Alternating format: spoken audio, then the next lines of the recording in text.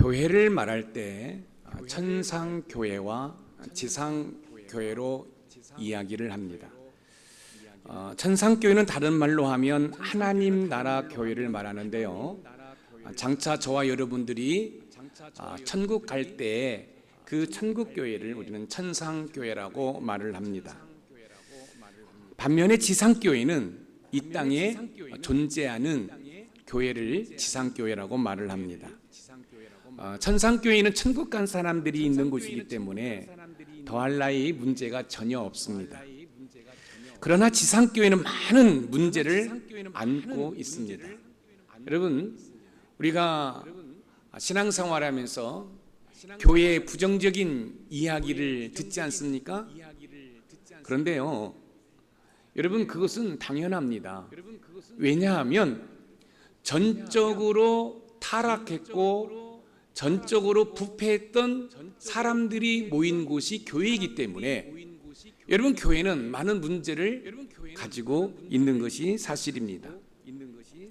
병원에 수많은 환자가 제각기 다른 질병으로 입원한 것처럼 지상교회는 전적으로 부패했고 타락한 사람들이 모인 곳이기 때문에 이런저런 문제가 발생할 수 있습니다. 이 땅에 존재하는 지상교회가 문제가 있지만 중요한 사실은 이 땅에 유일한 소망도 교회라는 사실을 우리는 알아야 합니다. 왜냐하면 하나님께서는 교회를 통해 하나님의 일들을 하시기 때문에 그렇습니다. 특별히 영혼 구원을 하기 때문에 그렇습니다. 영혼 구원을 비롯해 하나님의 일들을 신실하게 감당하는 지상교회가 여러 가지 문제가 있지만 중요한 사실은 교회는 계속해서 세워져야 합니다. 왜요? 영혼 구원을 위해서 그렇습니다. 베드로 사도와 요한이 사내들인 법정에서 풀려나 신앙의 동료들에게 달려가서 자신들의 삶 속에서 있었던 이야기를 이야기합니다. 베드로 사도와 요한의 이야기를 들은 그 신앙의 동역자들이 한 마음으로 하나님께 부르짖고 기도합니다. 이때 하나님께서는 그 사도들에게 성령 충만의 은혜를 허락해 주셨습니다. 사도행전 4장 31절 말씀을 읽어보겠습니다. 시작. 빌기를 다음에 모인 곳이 진동하더니 무리가 다 성령이 충만하여 담대히 하나님의 말씀을 전하니라. 무리가 다 성령이 충만하여 한 마음으로 하나님의 주권을 인정하고 하나님의 일들을 감당하기 위해 하나님의 능력을 구할 때 하나님께서는 그 사도들에게 성령 충만케 하셨습니다. 여기서 충만이라는 단어가 지배를 받다입니다. 무슨 말씀입니까? 자신의 이성과 논리와 경험을 다 내려놓고 성령 하나님의 지배를 받으니 예수의 이름으로 말하지도 말고 가르치지도 말라는 위협 가운데서도 사도들은 예수님의 부활의 복음을 전했습니다. 교회가 성령 충만하자 놀라운 일들이 일어나는데 그 장면이 오늘 본문의 내용들입니다. 그럼 성령 충만한 교회는, 성령 충만한 성도들은 어떤 일이 일어나는지 살펴보면서 우리 높은산 샘물교회가 성령 충만한 은혜 가운데, 저 세상에 있는 방황하는 영혼들이 그들에게 예수님의 부활의 복음을 전함으로 말미암아 그들이 찾아오고 머물게 하고 헌신하게 하는 그런 일들이 일어나기를 주님의 이름으로 축원해 봅니다. 첫 번째, 성령 충만한 교회의 모습은 영적 연합이 있는 교회입니다. 성령 충만한 교회의 모습을 말하기 전에 우리가 잘 알고 있지만 교회라는 단어의 의미를 먼저 짚고 넘어갔으면 좋겠습니다. 높은산 샘물교회, 높은산 샘물교회는 뭐죠? 이 건물이 높은산 샘물교회입니까? 아닙니다. 여러분, 교회라는 것이 헬라어로 에클레시아예요. 이 에클레시아의 뜻을 보면은 많은 사람들이 있는데 그 많은 사람들 가운데 사람을 선택해서 모아놓은 무리를 에클레시아 그렇습니다. 그러니까 교회라는 것은 건물이 아니라 예수 그리스도를 믿는 사람들의 모임을 교회라고 이야기하는 거예요. 참 저 교회는 좋아. 저 교회는 너무너무 건강한 교회야. 이 이야기는 건물이 웅장하고 시설이 좋아서가 아름답고 또 좋은 교회가 아니라 그 공동체 안에 있는 그 성도들의 신앙 고백이 올바르고 그들이 예수 그리스도의 제자로서의 삶을 살아가려고 노력하는 모습이 있을 때 그 교회가 건강한 교회다라고 말할 수 있는 거예요. 여러분, 건강한 교회, 좋은 교회는 주의 사랑을 실천하는 교회인 줄 믿으시기 바랍니다. 여러분, 아무리 웅장하고 수천 명, 수백 명이 모인다 할지라도 주의 사랑이 없습니다. 아름다운 신앙 고백이 없습니다. 여러분, 그건 건강한 교회다 말할 수 없어요. 수백 명, 수천 명, 수만 명이 모인다 할지라도 그 교회는 건강한 교회가 아닙니다. 그러나 여러분, 저 지하실에 습기가 차고 곰팡이 냄새가 난다 할지라도, 성도의 수가 작은 무리라 할지라도 바른 신앙 고백이 있고 예수 그리스도의 사랑을 실천한다고 한다면 그것이 진정한 하나님의 교회인 줄 믿으시기 바랍니다. 높은 산 샘물교회가 건강하다는 것은 성도들의 숫자가 많고 적음이 아니라 여러분들이 신앙 고백이 올바르던 거예요. 예수 그리스도는 나의 구주라는 거. 할렐루야.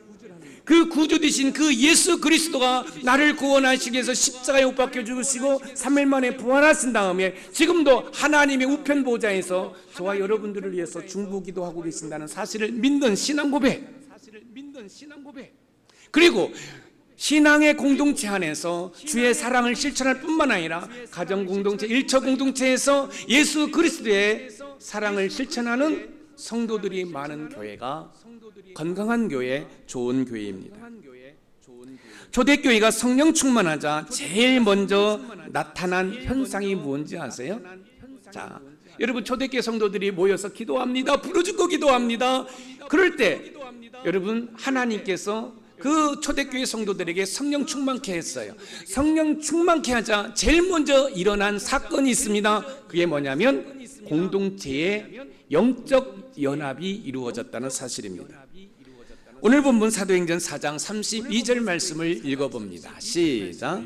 믿는 무리가 한 마음과 한 뜻이 되어 모든 물건을 서로 통용하고 자기 재물을 조금이라도 자기 것이라 하는 이가 하나도 없더라. 믿는 무리가 한 마음과 한 뜻이 되어, 이것이 영적인 연합입니다. 여러분, 사도들이 모여서 기도합니다. 부르짖고 하나님 앞에 간절한 마음으로, 애절한 마음으로 기도합니다. 성령 충만케 합니다. 이때 제일 먼저 일어나는 것은 그 사도들 가운데 영적 연합이 이루어졌다는 사실입니다. 사실 한솥밥을 먹고 한 침대에서 이불을 덮고 자는 부부도 연합한다는 것이 쉽지 않아요. 제가 일부 시간에도 질문을 해 보았어요. 그뿐만 아니라 여러분, 가족의 구성원들끼리 연합하는 것도 쉽지 않아요. 여러분, 노사가 연합하는 게 쉽지 않아요. 정부와 백성들이 연합하는 게 쉽지 않아요. 여러분, 왜 그런지 아십니까? 기도가 없기 때문에 그래요. 성령 충만이 없기 때문에 그래요.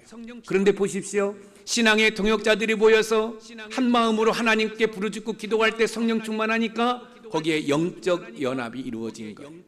여러분, 부부가 같이 신앙생활을 해요.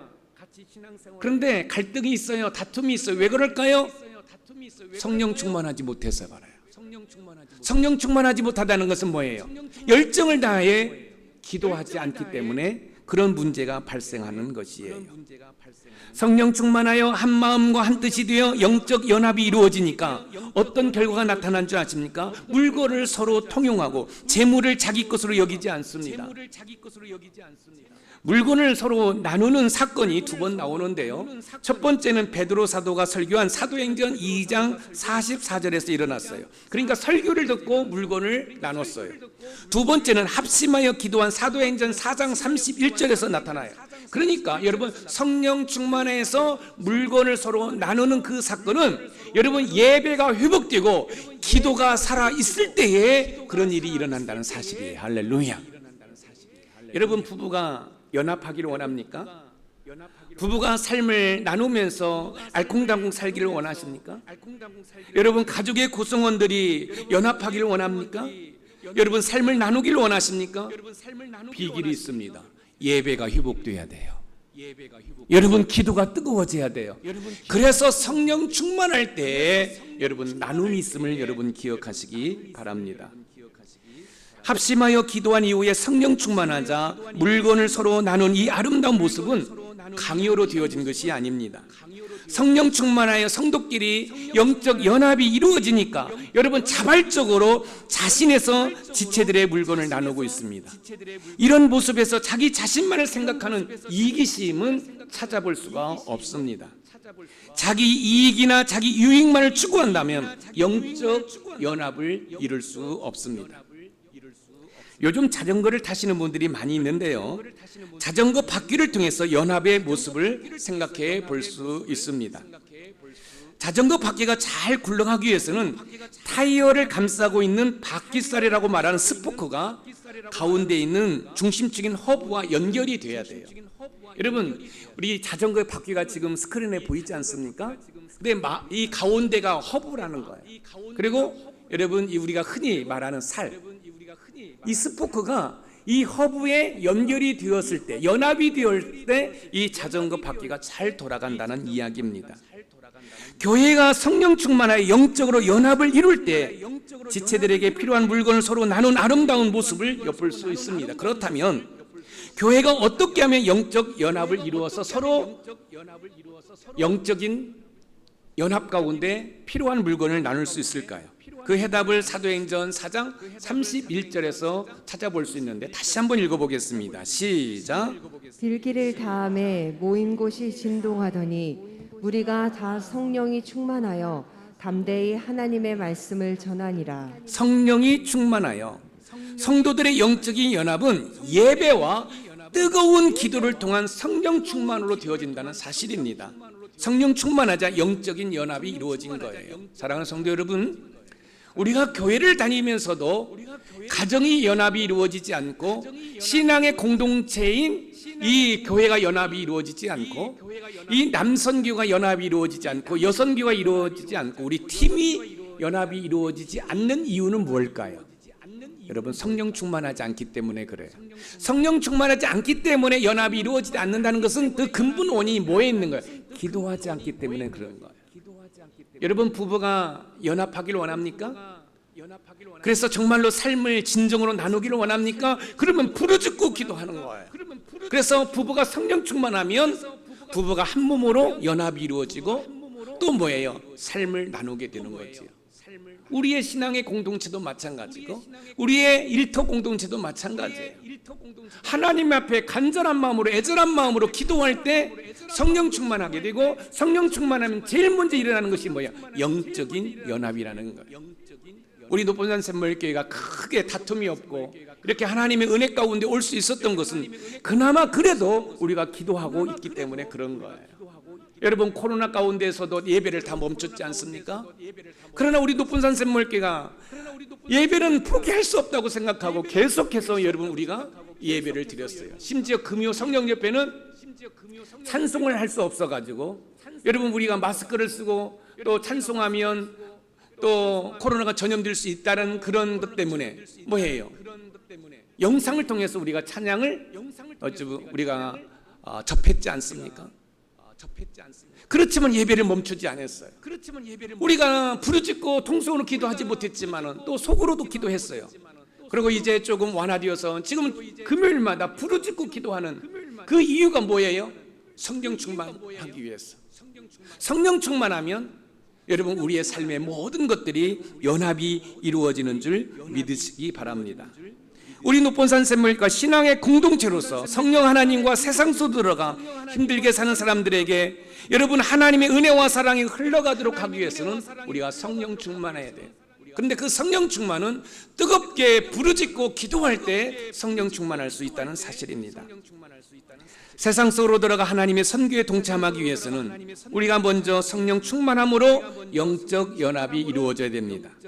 자전거 바퀴살인 스포크가 중심적인 허브와 연합을 이루어야 잘 굴러가는 것처럼 우리 교회도 영적 연합을 이룰 때 부흥 성장을 경험할 수 있습니다. 우리가 받은 하나님의 은혜와 복이 세상으로 흘려보내면 우리 것이 없어지는 것처럼 보이지만 절대로 그렇지 않습니다. 제가 금요일 날로 설교를 했습니다. 여러분, 우리가 선교를 해요. 선교를 하면 그것은 하나님의 일을 감당하는 거예요.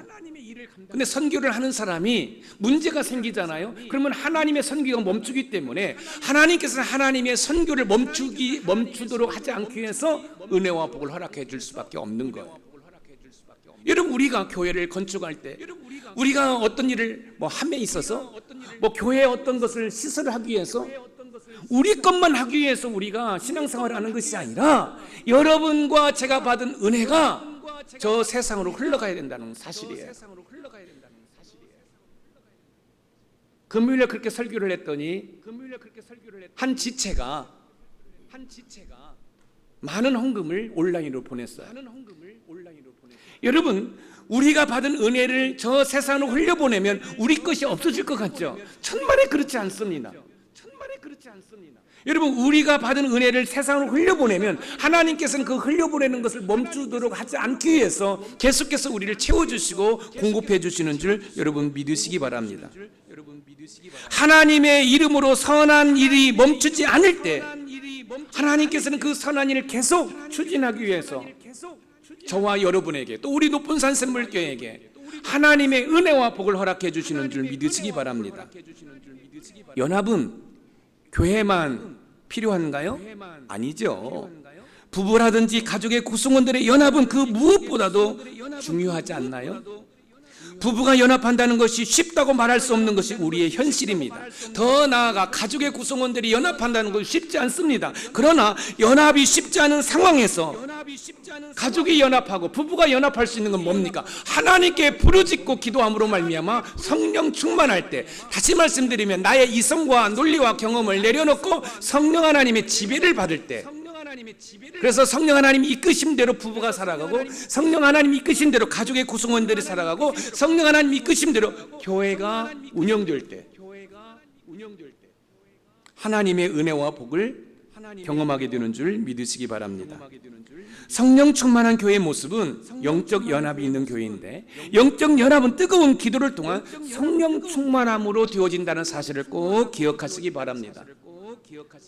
우리 높은산 샘물교회가 사도행전 29장을 쓰기 위해서 우리 모임 가운데 한 마음과 한 뜻이 되어 뜨겁게 기도하는 은혜가 있기를 소망합니다. 뜨겁게 기도할 때 성령 충만하고 성령 충만할 때 영적인 연합이 이루어짐으로 말미암아 거기에 진정한 사랑이 실천될 수 있음을 믿으시기 바랍니다. 두 번째, 성령 충만한 교회의 모습은 복음을 전하는 교회입니다. 성령 충만한 교회의 모습은 영적 연합이 이루어지는 것으로 머물지 않고 복음을 전하는 교회입니다. 복음을 전하는 것은 교회의 사명이요 의무이기 때문에 교회가 복음을 전하지 않는다면 교회의 사명을 다했다고 말할 수 없습니다. 베드로 사도와 요한 그리고 그의 동료들이 많은 핍박을 받는 이유가 뭔지 아십니까? 그것은 예수님의 부활의 복음을 전했기 때문에 그렇습니다. 그 당시 사두개인파가 주축이 된 사내들인 공의의 종교 지도자들은 부활 등을 믿지 않았습니다. 그들의 주장은 어떻게 죽은 자가 다시 살아날 수 있느냐는 것이지요. 그렇기 때문에 베드로 사도와 요한이 나면서부터 걷지 못한 자가 걷게 되는 것은 부활하신 예수 그리스도의 이름의 권세로 되었다 하니까 그 베드로 사도와 요한을 용납할 수가 없는 거예요. 그래서 종교 법정에 세우고 신문하는 거예요. 그런데 이러지도 저러지도 못하는 상황이요. 왜요? 40평생 한 번도 걷지 못한 자가 지금 서서 베드로 사도 옆에 서 있기 때문에. 그리고 베드로 사도가 뭐라고 얘기해요? 나 주목하지 마라. 내가 이 사람을 이렇게 세운 것이 아니라 너희들이 죽인 예수 그리스도를 하나님께서 죽은 자 가운데서 다시 살리셨는데 그 예수 이름의 권세가 나면서부터 걷지 못한 자를 이렇게 세웠다는 거예요. 그리고 그 사람이 지금 베드로 사도 옆에 서 있는 거예요. 그러니까 이 종교 법정에서 이러지도 못하고 저러지도 못한 거예요. 그러니까 이 베드로 사도와 요한을 이제 풀어주면서 예수의 이름으로 말하지도 말고 예수의 이름으로 가르치지 말라고 협박을 했어요. 이제 감옥에서 풀려난, 법정에서 풀려난 베드로 사도와 요한이 이제 신앙의 동역자들에게 달려갑니다. 그리고 지금까지 있었던 이야기를 해요.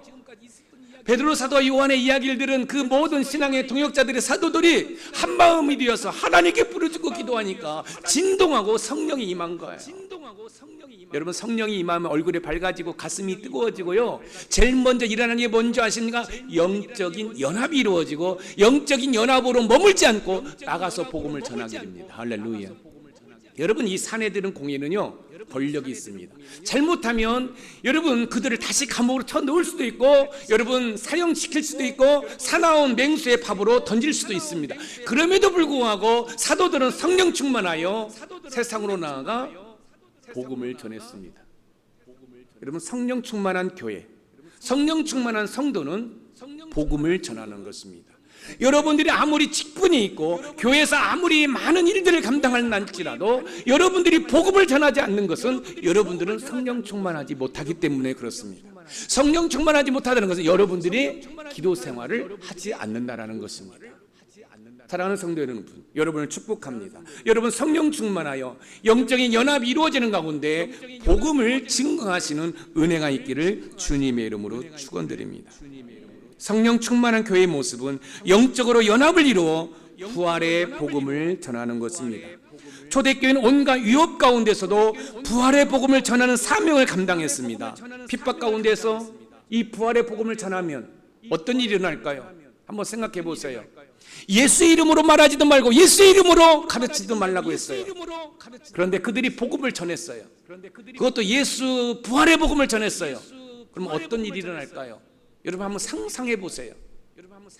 여러분, 예수의 이름으로 말하지도 말고 예수의 이름으로 여러분 가르치지도 말라고 하는데 예수님의 부활의 복음을 전했어요. 어떤 일이 날까요? 여러분, 그 사실을 사도행전 4장 33절에서 확인해 보겠습니다. 시작. 사도들이 큰 권능으로 주 예수의 부활을 증언하니 무리가 큰 은혜를 받아. 자, 여기에서 증언하니와 큰 은혜를 받아라는 문구를 살펴볼 필요가 있습니다. 먼저 증언하니라는 단어를 살펴보니까 헬라어로 다페디둔인데 그 뜻이 마땅히 치러야 할 것을 갚아버리다, 마땅히 치러야 할 것을 갚아버리다, 그리고 빛을 갚다라는 의미를 가지고 있습니다. 결국 부활의 복음을 전하는 것은 빛을 갚아야 하는 것처럼 당연하다는 것입니다. 왜냐하면 복음의 빛을 졌기 때문에. 자, 저와 여러분들이 어떻게 예수님을 믿었죠? 누군가가 여러분에게 복음을 전했잖아요. 여러분, 그래서 여러분들이 복음을 받았잖아요. 이것은 복음을 빚진 거예요. 그렇기 때문에 여기서 증언하니 이런 것은 마땅히 내가 뭐 한다는 거예요? 빛을 갚는 것처럼 복음을 전해야 된다는 거예요. 사랑하는 성도 여러분, 다 여러분 예수 그리스도를 믿지요? 아멘? 믿지요? 그럼 여러분 다 복음의 빚진 자예요. 그렇기 때문에 여러분은 복음을 빚졌기 때문에 여러분 복음을 전해야 복음을 갚을 수가 있는 거예요. 할렐루야. 그 다음에 큰 은혜를 받아라는 말씀에는 핍박 속에서도 부활의 복음을 전하니까 하나님께서 은혜와 복을 부어주셨다는 거예요. 자, 여기 보세요. 여러분, 우리가 복음을 받아들였잖아요. 그래서 예수님을 믿잖아요. 그리고 우리의 이름이 저 하늘나라의 생명록에 기록되어 있고 하나님을 향하여 아빠 아버지라 부르잖아요. 우리가 이런 은혜를 누릴 수 있는 것은 뭐예요? 복음을 받아들였기 때문에 그래요. 우리는 복음에 빚졌어요. 그래서 복음의 빚진 자로서 복음을 갚기 위해서 우리가 당연시 복음을 전한 거예요. 이때 하나님께서 은혜와 복을 부어주신다는 거예요. 할렐루야. 여러분, 여러분들이 여러분의 삶의 현장에서 하나님이 말할 수 없는 은혜와 복을 누리시기를 원하신다고 한다면 여러분, 때를 얻든지 못 얻든지 복음을 전하는 은혜가 있기를 주님의 이름으로 축원드립니다. 예수님의 부활의 복음은, 예수님의 부활은 역사적인 사실이기 때문에 여러분들이 담대히 복음을 전할 때 하나님께서는 여러분에게 은혜와 복을 허락해 주신다는 거예요. 베드로 사도와 요한 그리고 그의 동역자들은 예수님의 이름으로 말하지도 말고 가르치지도 말란 종교 지도자의 협박을 받았음에도 불구하고 성령 충만하여 예수님의 부활의 복음을 증언하게 됩니다. 예수님의 부활의 복음을 증언한다는 이유로 감옥에 갇힐 수도 있고 여러분 사형에 처할 수도 있습니다. 심지어 여러분 굶주린 사나운 맹수들의 먹잇감으로 던짐을 받을 수도 있습니다. 그럼에도 불구하고 예수님의 부활의 복음을 전하니까 하나님께서 말할 수 없는 은혜와 복을 허락해 주셨다는 사실입니다. 사랑하는 성도 여러분, 우리를 한번 살펴보겠습니다. 저와 여러분들이 부활의 복음을 전한다고 여러분 신문을 받을까요? 감옥에 들어갈까요? 여러분 사나운 맹수들의 먹잇감으로 던짐을 받을까요? 그렇지 않잖아요. 할렐루야. 여러분, 우리는 복음에 빚진 자들입니다. 빚은 당연히 갚아야 되죠. 그래서 여러분의 삶의 현장에서 복음을 전할 때 여러분은 하나님의 말할 수 없는 은혜와 복을 누리게 되는 줄 믿으시기 바랍니다. 사도행전 20장 24절 말씀을 읽어봅니다. 시작. 나의 달려갈 길과 주 예수께 받은 사명 곧 하나님의 은혜의 복음 증거하는 일을 마치려 하면은 나의 생명을 조금도 귀한 것으로 여기지 아니하노라. 하나님의 은혜의 복음 증거하는 일을 마치려 하면 나의 생명을, 나의 물질을, 나의 시간을, 나의 몸을 조금도 귀한 것으로 여기지 아니하노라.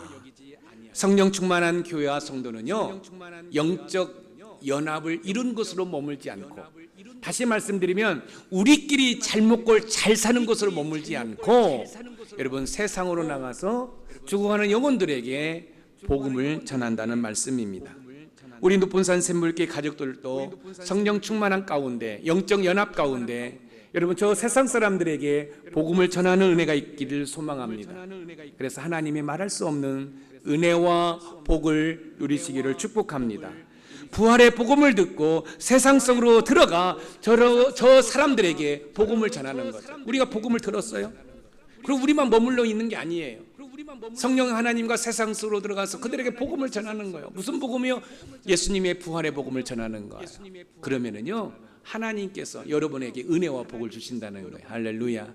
복음을 전함으로 말미암아 하나님께서 공급해 주시는 복을 누리시기를 주님의 이름으로 축복합니다. 마지막 세 번째, 성령 충만한 교회의 모습은 진정한 나눔이 있습니다.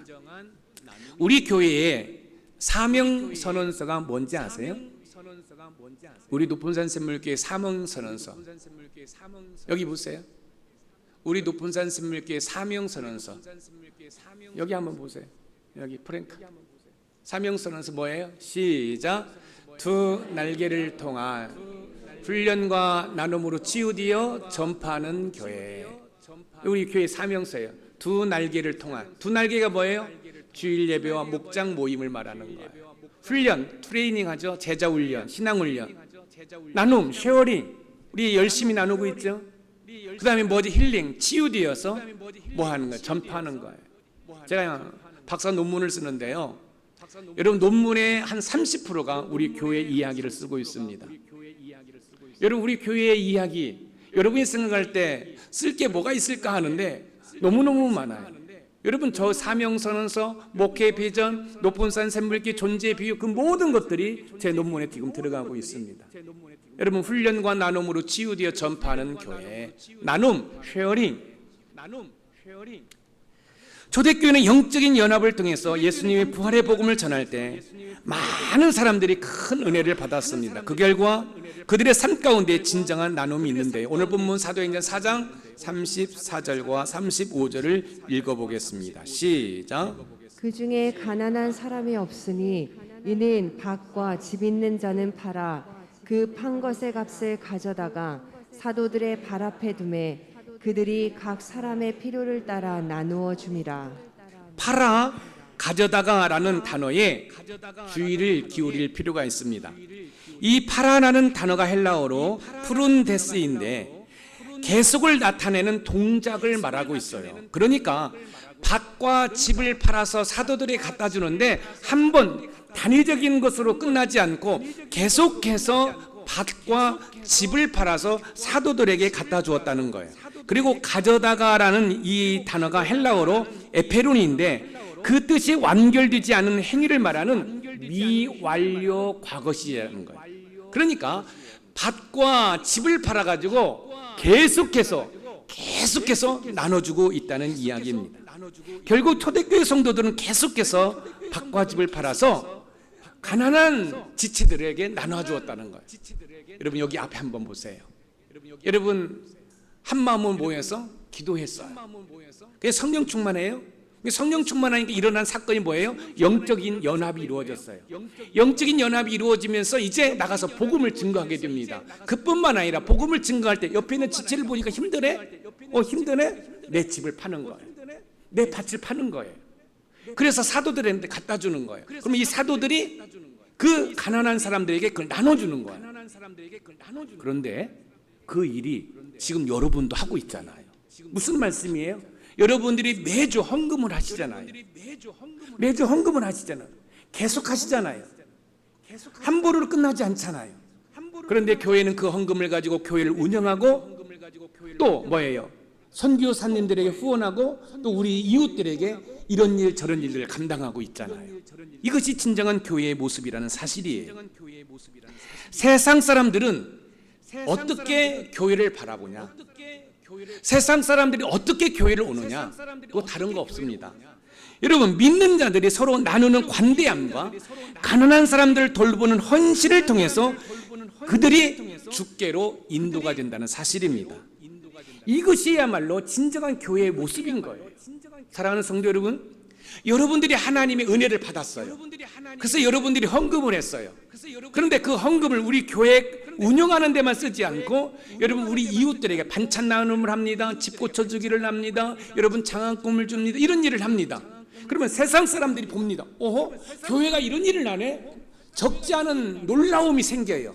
그러면 그 놀라움이 뭘로 바뀔까요? 호기심으로 바꿔요. 교회가 이런 일을 하는구나. 예수 믿는 사람들이 저런 일을 하는구나. 호기심이 어디로 오는죠? 여러분 예수님께로 나오는 발걸음이 된다는 사실이에요. 한번 생각해 보세요. 예수 믿으세요? 과연 이것이 설득력이 있을까요? 여러분 우리가 이 사도행전 프로젝트를 하면서 성령 하나님과 세상 속으로 들어가 하나님의 선교에 동참하자고 하는 이유가 바로 그런 거예요. 여러분이 받은 은혜를 가지고 저 세상 사람들에게 여러분 전하는 거예요. 그러면 저 세상 사람들이 적지 않은 놀라움이 있는 거예요. 그러면 꼭 물질만 가지고 가야 됩니까? 아니에요. 자, 여러분의 남편이 예수님을 믿지 않습니다. 그런데 여러분 성령 하나님과 세상 속으로 들어가 다시 말씀은 남편에게 갑니다. 그 남편을 예수님을 섬기듯이 섬깁니다. 남편이 적지 않은 놀라움이 생깁니다. 내 아내가 왜 이렇게 변해됐지? 그 변함이 또 뭘로 바뀔까요? 호기심으로 바뀌어요. 내 아내를 변화시키는 그 하나님이라면 나도 예수 믿을래. 할렐루야. 왜 아멘이 없어요?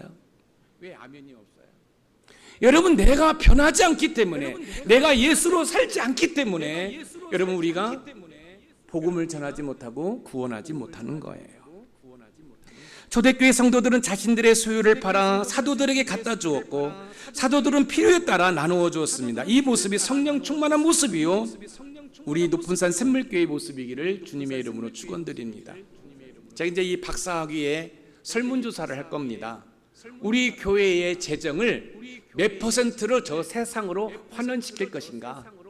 여러분 저는 개척 초기부터 저는 마음을 굳게 하고 있어요. 우리 높은 산 샘물교회 재정의 40%를 여러분 세상으로 흘려보내는 겁니다. 지금은 좀 어려움이 있어서 이 절기헌금을 우리가 운영하는 데 쓰지만 여러분 부활절헌금, 맥주헌금, 추석감사헌금, 성탄절헌금 이 절기헌금을 저는 세상으로 여러분 흘려보내고 싶어요. 예를 들어서 여러분이 잘 알다시피 여러분 노인들의 개안 수술을 한다든지 노인분들의 틀니를 해준다라든지 저는 꿈을 꾸고 있어요. 이번 부활절 헌금은 우리 지역 노인들의 틀니 10불에게 틀니를 해드립니다.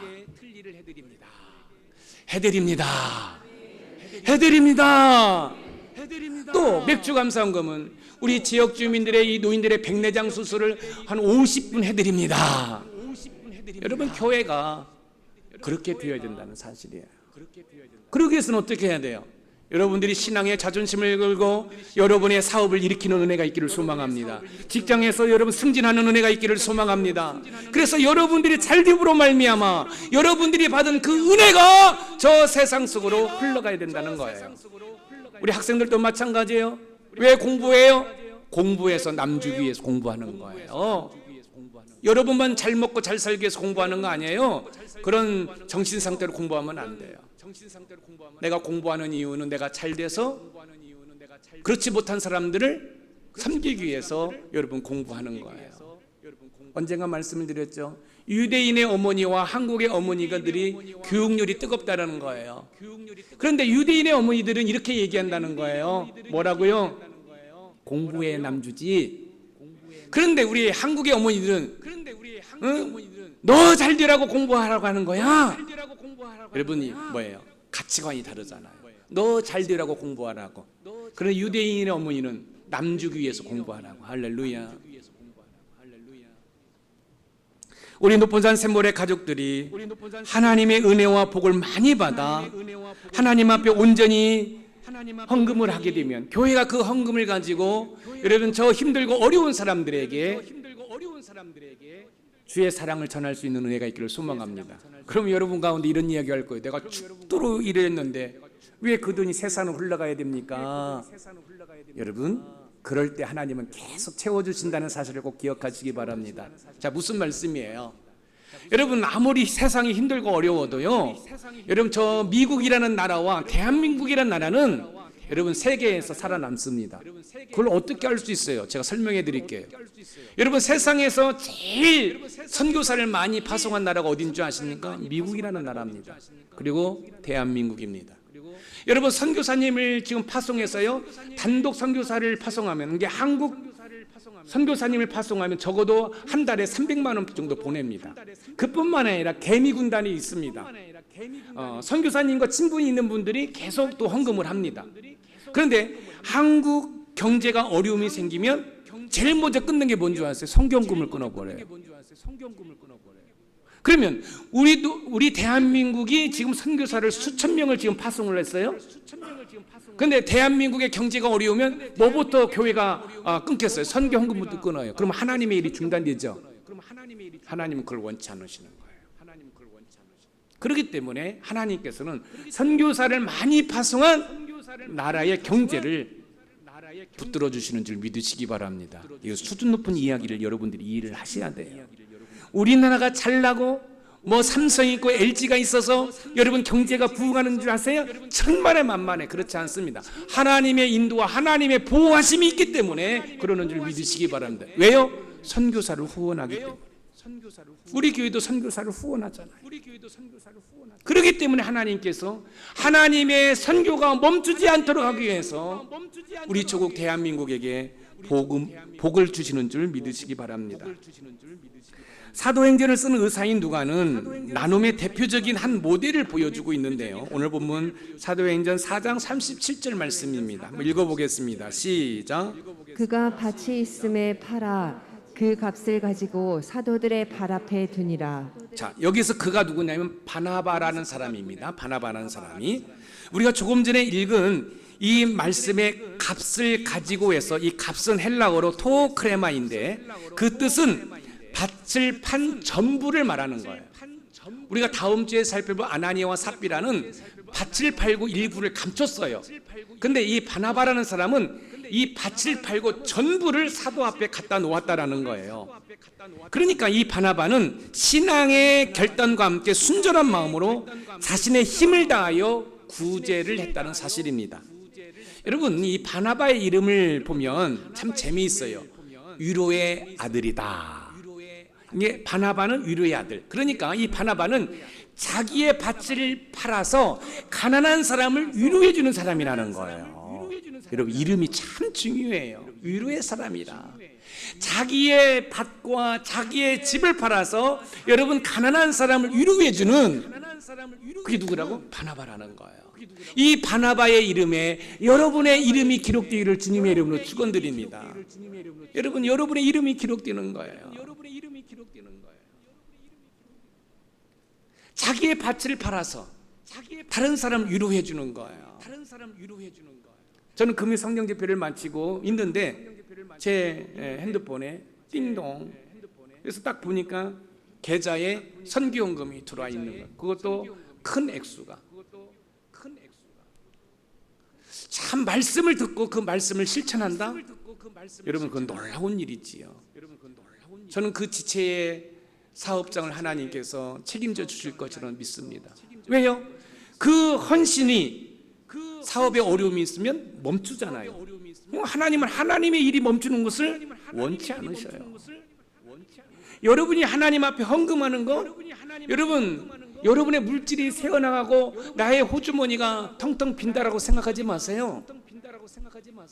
하나님이 여러분들을 먹이시고 채워주신다는 이 사실을 여러분들이 기억하시기 바랍니다.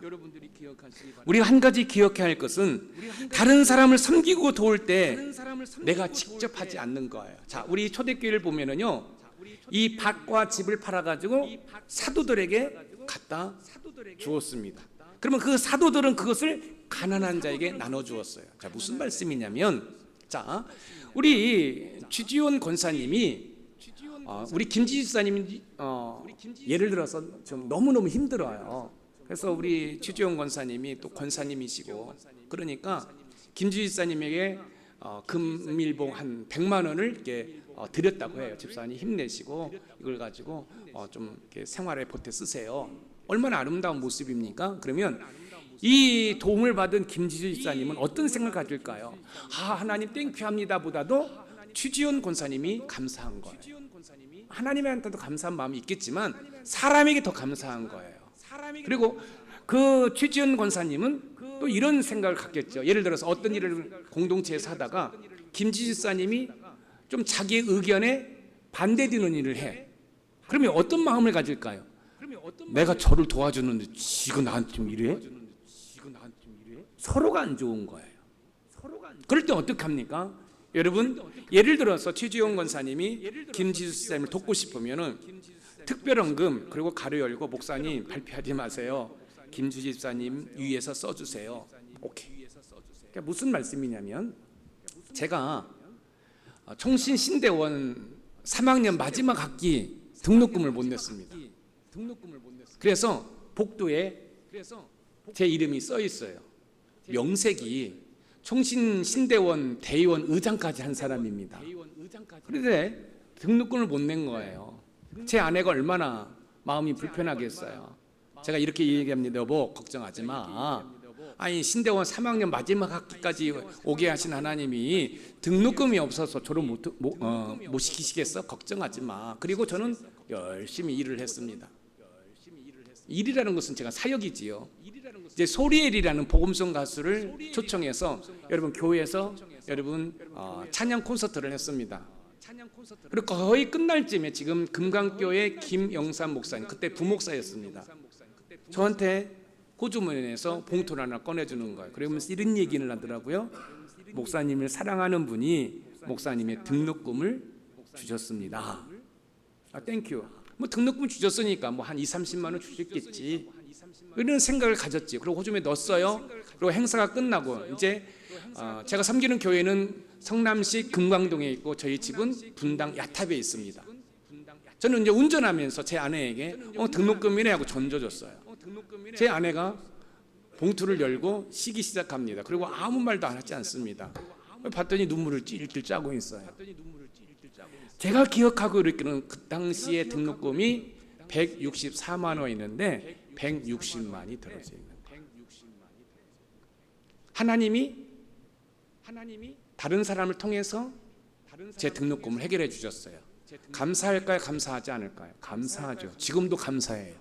그래서 우리 높은산 샘물교회 장학금을 지급하고 있는 거예요. 왜요? 하나님이 왜 저한테 그런 경험을 하게 하셨을까요?